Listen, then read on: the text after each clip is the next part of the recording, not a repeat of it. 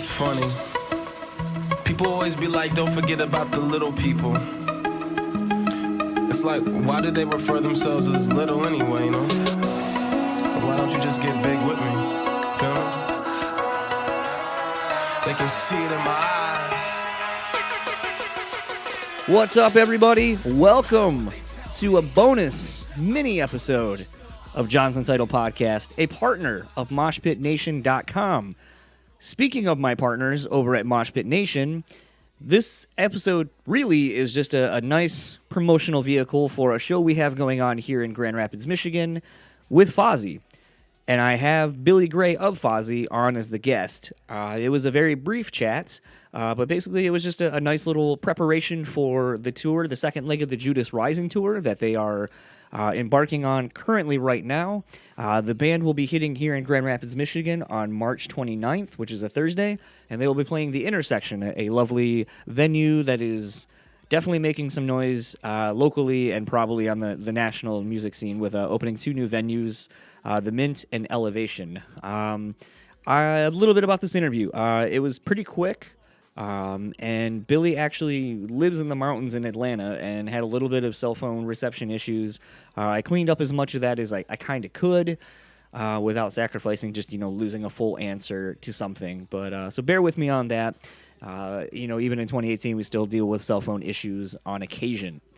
Technical issues aside, one of the fun things about doing this mini chat with Billy is that my partners over at Moshpitnation.com, we are running a contest to win two pair of tickets actually, for the Fozzy show on March 29th, which is the Thursday at the Intersection in beautiful downtown Grand Rapids, Michigan.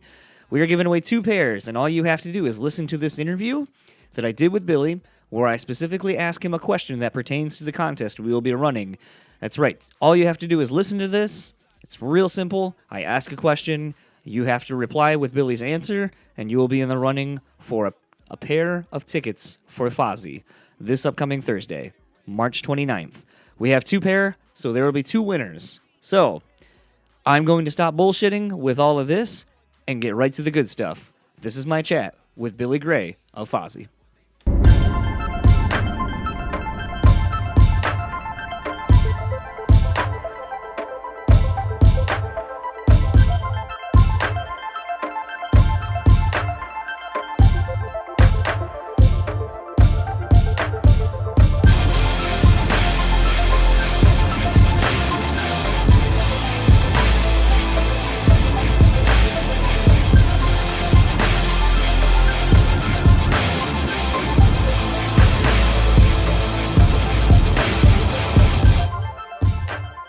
So I have the pleasure this afternoon of talking with Billy Gray of Fozzy, who are about to head out on the second leg of the Judas Rising tour. How are you doing today, Billy? I'm doing good. Just at home during a little tour break, and we back in Milwaukee next Tuesday. Aha. So something I've kind of been wondering. I mean, Fozzy's been around for a while, but kind of wanted to know a little bit more about how you got into the band, because you aren't an original member at this point, or at all. Yes. The way I got into it was I used to play in this band called Method 51. We're from Charlotte, North Carolina, and we used to open for Rich's band Stuck Mojo all the time. Okay. So back in like 2000, 2001, Rich and those guys formed another band called Speed. And at the same time, they were doing Fozzy, so I got the chance to come out and try out for 6B, which ultimately led to being in Fozzy as well. And it just started from there. And, I started playing shows with them back in 2001. The band wasn't really touring as much back then, so I, after a little while, I started playing another band and kept going. And then back in 2009, they called up again and were like, hey, we're going to, we just made a new record. We're going to start touring extensively and get pretty busy. Would you like to come back? I was like, that would be great. So I did. And after that, we made the record Sin and Bones, got signed back up to Media Records. And it really got serious. I started writing with the band and playing on records. And here we are today. So it's kind of interesting to me about Fozzy as a whole. And, you know, you kind of, especially once you got in the band with, you know, Rich going back to Stuck Mojo sporadically and Chris going back to wrestling, is it kind of hard to kind of be in a stop-start kind of band for so long? Or is it kind of freeing because it allows you to go do other things? I like it because it allows me to go do other things. I have my own project with a singer from one of Tommy Lee's bands called Mayhem. I have a side project with him called Cyberstar. Okay. And also I play with a female artist from New York City. Her name's Madam Mayhem. I've done quite a bit of tour with her. So, you know, in this business, you got to keep all irons in the fire.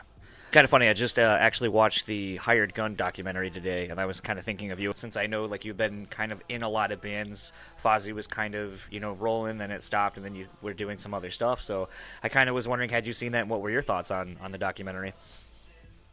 Oh, it's a great documentary. I mean, it you know, tells the story of how being a musician as a hired gun is. I mean, you know, you have to keep irons in the fire. You have to keep busy. You have to play your cards right, and you know, all that stuff. So, you know, it's definitely a very accurate and well put together documentary. I'm hoping they end up doing a sequel and kind of go into some other genres a little bit. Yeah, that would be great. That would be definitely great. So, you know, Fozzy's been around for a while, as we kind of just were saying, and something, you know, that's interesting to me is seeing a lot of newer fans coming on and commenting on the sudden success of Judas the single, and, you know, it's like, you guys, for a sudden success and all that kind of stuff, it's like, you know, you guys have put in the legwork and been grinding it out for like 10 years plus at this point. So what is it like to kind of be tagged with this like sudden success thing when, you know, most people don't really know that how long you all have collectively been doing it? Yeah, it's funny because, like you said, you know, we've been at this for, you know, since basically 2001. And, you know, I'll go ahead and say you know, this lineup right here, me, Molly, Rich, Frank, and Chris, this lineup started, like I said, in basically 2011 with the recording of Sin and Bones. And that, to me, like, when real Fozzy, when it really started to take off and really, really get serious. So, you know, hey, you know, with all the success we've had on radio recently and the videos on YouTube and the numbers and everything, you know, people will say it's an overnight thing. That's fine. As long as there's success, whatever. It sounds great to me. Hello? Yes. Now, you're back. Now, it's weird up here in my mountain where I live. It's in the Georgia mountains, so the internet's a bit dodgy. The phone service is a bit dodgy, so just bear with me. No, not a problem. What I was saying was I was talking with Doc Coyle of Bad Wolves, who currently have like the #1 song on iTunes with that zombie cover that they did. And when I asked him, you know, I was like, you know, I'm probably never going to talk to someone with the #1 song on iTunes. So, you know, tell me a little bit about what that's like. And he mentioned that basically, you know, sort of the sudden success of the song has kind of sometimes will torpedo his day because of all the extra things he now has to do as a result of the song's success and the demand for the band. So I was kind of wondering if you guys went through that with the viralness of Judas when it first came out. Yeah, the band has, you know, like we call it the Judas Effect. So, you know, the way that song has done has led us to just more tour opportunities, more of everything. You know, it's led to more of previous videos that we've released and led to more radio interest in other songs. And it's like a snowball. You know, once a song does like that, it just snowballs and all the good things happen real quick, and you just try to ride and hang on and ride it out. You know, the song came out and did really well, and I'm sure you guys thought that the song was obviously a good song, but were you surprised at how fast it just kind of took off? Yeah. Well, sorry to interrupt you. Yeah, we were totally surprised at how fast it took off, especially on YouTube and how the millions, like it did 1 million views in a week and a half, so we were definitely surprised about that. Talking on Jericho's podcast, sort of a behind-the-scenes thing of how all of you, like some of the experiences you had making this new record, and something I was kind of wondering was, you know, you worked with Johnny Andrews, and he's more of a hands-on producer-songwriter. What was it like working with someone that's, you know, in that vein as opposed to what you had been used to working with? Well, Johnny Andrews took the band to the next level. He took as far as vocals, he helped Chris find a sweet spot, and, you know, that was a comfort zone for him to sing. He actually more on the song rather than say individual musicianship, and just say, me as a guitar player or Rich as a guitar player, we write, when we write stuff, it's, we up with the front or whatever, but Johnny definitely brought it out as a song oriented record, which is, what music's all about. As you kind of mentioned, the tour is picking back up, I believe, tomorrow in New York with Iced Earth. In the last handful of, pretty much since Judas has come out, you guys have played with a lot of different kinds of bands. Can you kind of speak to how that has been for you guys, like playing with, Iced Earth, like a classic metal band, and Steel Panther, and so on and so forth? Yeah, we everything from like Iced Earth and Steel Panther. We just did a European tour with them. It was best European tour we've ever been on. It was awesome. But we played festivals with everybody from Metallica to Linkin Park to Aerosmith to we've been on the bill with them and a lot of festivals. So just seeing all the different kinds of bands, classic and new bands, it's awesome. And I really we really love we really love playing with all different genres and styles. So it's been awesome. You guys seem to be one of those bands, like a band that everyone loves touring with. What do you think has kind of allowed that to happen? Like, is it just a professional vibe you guys are putting out, or what is it? Because I always kind of wonder what makes a band's band, for touring. What we try to do is we just try to stay out of the headliner's way. Let's try to do our thing, get out there, make our mark on that stage, and get out of the way as quickly as possible to let the headliner come in and there. Usually that makes for a good relationship for the whole tour. Everybody gets along, and it makes it real smooth, and that's how we roll. Is there a band that you've been wanting to tour with the last couple of years that just hasn't happened that you would really like to tour with at this point? Yeah, I would love to personally tour with Avenged Sevenfold. I think that would be a great tour for us. I would love to go out with those guys. We've played lots of festivals with them, but would love to do a tour with them. Would you get what would that look like? You guys playing in an arena with an Avenged Sevenfold. Like, would you guys bring a lot of different production out with you, or would it be more just kind of a lean, mean rock and roll show? We would bring what we could. We in our right now, we're steadily building production. With for tour and stuff like that, building up the show and stuff like that. As far as geysers and different things like that. So yeah. If we did a tour with them and they allowed it, we would definitely add to the production. It's always interesting talking to bands that are, don't quite have full production yet, but are kind of scaling up. And always kind of wondering, like, are you guys thinking about this? What does that look like for your band? So I always kind of like to maybe talk about that if they haven't done that currently. Yeah, we definitely are all about, one of these days we definitely want to have a nice LED screen and multiple pyro, all that stuff. But you have to build up that stuff. So now we're stripped down, just raw rock show, old style Van Halen. You know what I mean? That's right. The way we do it. Kind of one of my last questions, kind of focusing necessarily on Chris, but the thing that when Fozzy first came out, obviously it was the Chris Jericho band, so on and so forth. Do you think that now with the success of this album, this newest album that you put out, do you think that is going to go away for a lot of the public perception, or do you think it's something that's always going to kind of hang over the band's head, positively or negatively?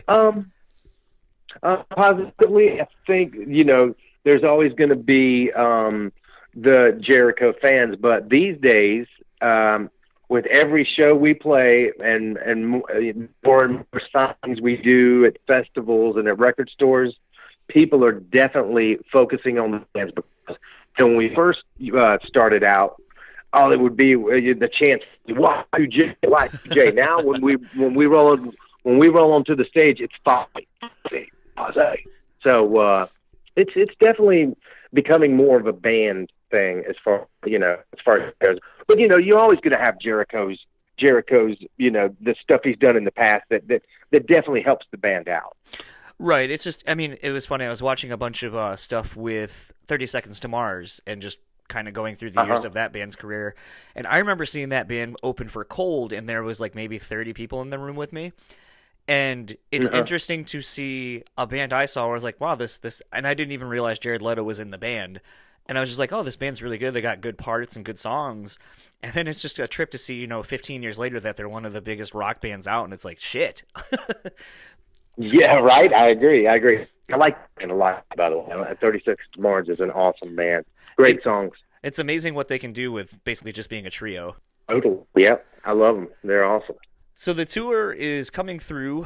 You guys will be here in Grand Rapids, Michigan in about a week. Something that I've kind of always found interesting is that you guys, take pride in your meet and greet package that you offer, and it separate. What's interesting to me is that you guys separate yourselves from a lot of the other bands who do it by actually performing a mini concert. Where did the idea to kind of take the meet and greet package more than just like, hey, you're actually meeting us, we'll sign your stuff, we'll talk to you, and then that's it? Like, what made you want to do such a big event, basically? Well, we wanted to separate our VIP experience apart from all the rest. Like you said, most bands will just have you roll through, take a photo with the band, shake their hands, and that's it. Or people do acoustic performances. We started off doing dinner with the fans. That was okay, but we decided that, hey, let's do it. Let's have a sound check experience and, play a few of our songs and have fun for the crowd and play a couple of covers for them, something they don't get to see in the regular show, and make it special. Then once we do that, we're going to stage, we're going to take photos with you, we're going to shake hands, we're going to meet you. Do you think the going above and beyond thing with your fans, not just in the meet and greet, but kind of just those experiences as a whole, has led to you guys having such a long career? I think so. I think the VIP thing that we're doing, and we've been doing this for, say, years, has definitely become more popular because of the way we do it. Check and adding a couple of covers in there, and I think word of mouth has spread. And these days, the VIPs are selling out at our shows. So people who want to get a VIP experience with Fozzy, go ahead and order it up now as we're coming to your town. So we are doing a contest to do a giveaway for a pair of tickets to the show for the website that this podcast is hosted on, Moshpitnation. And so I was going to throw in a question so that way people had to listen to it and do that to answer the question. But what is your favorite song to play in the set and why? Okay, my favorite song to play is that I'm going to go ahead and say "Drinking with Jesus." I love the total song, love the chorus, just love the groove and the energy of it. And me and Rick get to play some cool guitar solos, and dude, it's just an awesome, fun song to play live. You there, bud? Yeah. Okay, I got a minute out. Hit me with that question again. Yeah, I was saying that the tour basically is only like a 2.5 week long tour. What is up in store for Fozzy or yourself after that tour wraps up? Once this run is done, we just completed 3 weeks, and we're home for 10 days. Then when we come your way, we're out for another 2.5 weeks. Then after we're home another, I think, 8 days. Then we have 5 festival dates in a row. That's at the end of April. After April, we have some May festival weekend one-offs. Then currently in the work for a U.S. run in June. I can't say nothing about it just yet because it's not confirmed, and it'll with the Killer Band as well. But definitely all the books are at the end of July. We go back over to Europe to play a bunch of festivals, including Aachen Festival in Germany, where there's 250,000 people, and a bunch of Europe festivals, Bloodstock in England, and doing main support for Mr. Big as well. Oh, awesome. Once we come back from the tour, once we get back to that tour, we do another U.S. run. So then we go to Australia. So we're going to be busy until basically Christmas. That's awesome. Last 2 questions, kind of wrapping up. Chasing the Grail is actually coming up on 10 years old here pretty soon. I think in about 1.5 years-ish. Yep. With a lot of bands doing the 10-year anniversary tour cycle, would you guys maybe do that with that album or entertain the idea of just doing a 15-year anniversary of whatever in general? I don't know if we could do it with that record particularly, but I know when we do the cruise gigs, we're going to have some special sets to where we may do an album in its entirety and stuff like that. But we're not going to do the anniversary of the Grail right now. We're riding too much on the success of Judas, and we're having too much fun playing all these new songs live. For sure. It's just one of those things, you are a band that actually has albums that are old enough to actually start doing anniversary things or do something special with them. Yeah. So I just wasn't sure if that was something maybe you would plan for the longtime fans or not. Yeah, not with that record, but you never know what the future holds on that, so that's hard to say. And then last question. I always like to end these out with a song, so what would you like me to play the episode out to? From Fozzy, you saying? Could be anything, really. Could be something that you're just jamming on and really digging, or it could be a Fozzy song, or both. You know what? I'll tell you what. Unchained by Van Halen. That song rules. One of my favorites ever. What was that again? I'm sorry, you cut out. Okay, sorry. Yeah, I was saying Unchained by Van Halen. It's one of my favorite songs ever. The guitar riffs rule, the vocals rule. You know, you can't go wrong with that. Do you guys do that in your VIP meet and greet? No, we do. Who You Got Me. We do Free Will Burning by Judas Priest, Breaking the Law, Judas Priest, TNT. We do a few classics, but not Unchained yet. Yet. All right, well, I'll go ahead and let you get back to your day. Enjoy the last little bit of your couple of days off before the tour starts, and we'll see you around here in a little about a week. Yeah, dude, hit me up, and we'll see you at the show in Grand Rapids, and thanks for having me on the show, buddy. Not a problem. Enjoy the rest of your day. Hey, man, have fun, dude. So that was my chat with Billy Gray of Fozzy. Fozzy are currently on the road on the second leg of the Judas Rising tour, which will be coming here to Grand Rapids, Michigan, again, Thursday, March 29th. We are giving away 2 pairs of tickets over at the Moshpitnation Facebook page, which is Moshpitnation West, capital M-I, on Facebook, if you would like to find us and try to win the 2 pair of tickets we are giving away to the Fozzy show. Going to keep this kind of short, just because this is a very short episode, but want to give thanks again to Billy for taking the time to talk to me for a little bit about the band, about the record, and what we can look forward to in the new year. If you would like to keep up with Billy and Fozzy, you can do such on Fozzy Rock across Facebook, Instagram, and Twitter. If you would like to follow Billy on social media, you can follow him at Instagram at BillyGrayRPG, that's Grey, and you can tweet at him at Billy_Gray.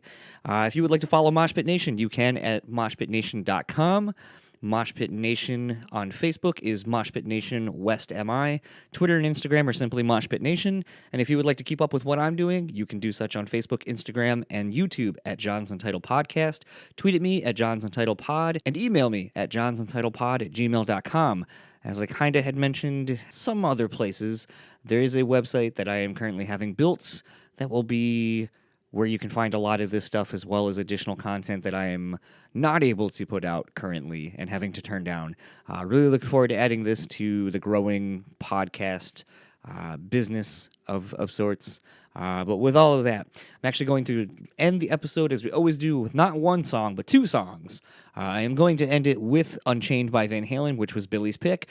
But for those who may not have heard Judas at this point, which had almost 16 million views, I don't know how potentially you haven't heard it, but going to end the episode out officially with Judas by Fozzy. Without further ado, this is Unchained by Van Halen and Judas by Fozzy. Good luck to you winning those tickets. Talk to you next week.